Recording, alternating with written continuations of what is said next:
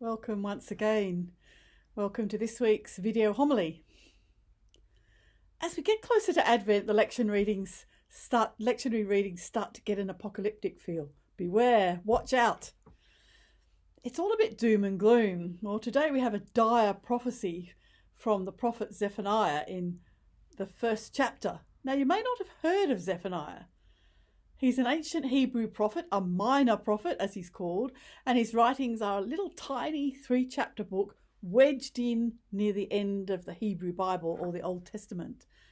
In the entire 3-year cycle of the lectionary, we hear a reading from the prophet Zephaniah 3 times. Most of us probably can't remember ever hearing a sermon preached on Zephaniah. So does he have anything to say to us today? Well, Zephaniah was actually writing to a people who were completely delusional, who only ever wanted to hear their own version of the truth. Perhaps we could call them alternate facts. God's not interested in us, they said. God's off doing other things. What business is it of God's how we live and what we do? We need to gather wealth. We need to build power structures to protect ourselves and our future. We have to get on with our lives because God doesn't care. God's actually just an illusion. Well, Zephaniah is writing his prophecy to address these alternate facts and to warn them that they'd got it wrong and they would be called to account for the way they were living.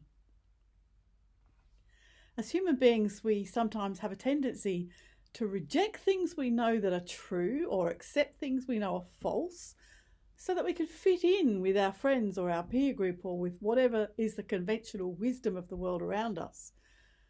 From time to time, we're all like these Hebrew people Zephaniah is talking to. All of us tell ourselves things or actually believe things that deep down we know are just not true. It's a little bit like watching what's happening in the United States over the past week.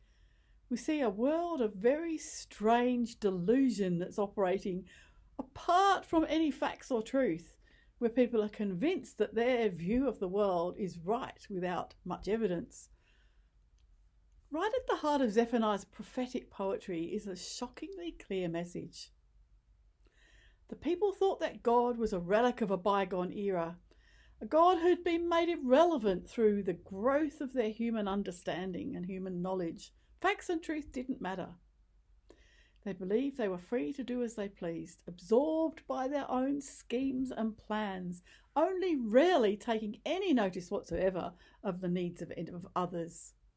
But Zephaniah warns them that this path is leading them into danger because they've lost sight of what was actually, truly the truth. And the truth is that our future and our security are never entirely in our own hands, even though we like to think so. If we can find a way to sort through all of the advertising and the marketing and the perceptions in the world that try to convince us that our security and our future lie in our own hands, then we arrive at the truth that both Zephaniah and Jesus are desperately trying to tell us. Our vocation is not to try to be in control of the universe. It's not even to be in control of our own future or our security. No, our vocation as followers of the God that we meet in Jesus is to share the abundance of grace and mercy and love that's been entrusted to us, that's been given to us, and then just to leave our future security to God. Living the gospel always involves risk. It's risky to say, I love you. It's risky to ask for forgiveness. It's risky to try to reconcile with someone who's hurt you because you may well be rejected. But God shows us great love and asks only that we share that love with others, whatever the risk. The people of Zephaniah's day were living in a world of illusion, completely separated from facts. They thought they could just get on with life. They were creating useless towers of wealth and security that actually couldn't save them. They forgot God. They forgot that the key thing, the most important thing in life, is to love. And when you take the risk to love, then the grace of God works through you to do the heavy lifting. And that's how talents are shared and grown, through love, and only through love. The Lord be with you.